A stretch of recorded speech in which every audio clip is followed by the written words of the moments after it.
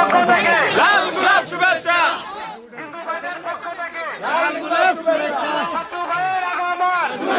স্বাগতম, বাচ্চু ভাইয়ের আগমন, স্বাগতম, বাচ্চু ভাইয়ের আগমন,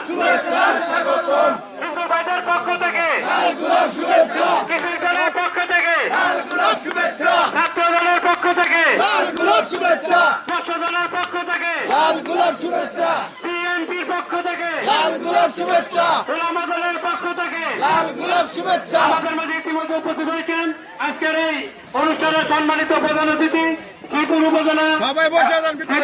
গাজীপুর 3 আসনের মামাটি মানুষের এবং 3 আসনের বিএনপির মনোনীত সংসদ সদস্য মনোনীত পদপ্রার্থী আমাদের আজকের এই মেহমান, আজকে আপনার সেই কাকাঙ্ক্ষার দিন পলাশপুরে আমরা সর্বপ্রথম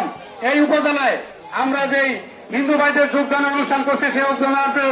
আসন গ্রহণ করার জন্য আপনাকে বিনীতভাবে অনুরোধ করছি এবং আপনি আমার মূল্যবান কথা দিয়ে কথা বলবেন। আমরা সবাই এই কথার নিচে থাকবো ইনশাল্লাহ। আমরা যেই রাস্তা দিয়ে আসছি রাস্তাটা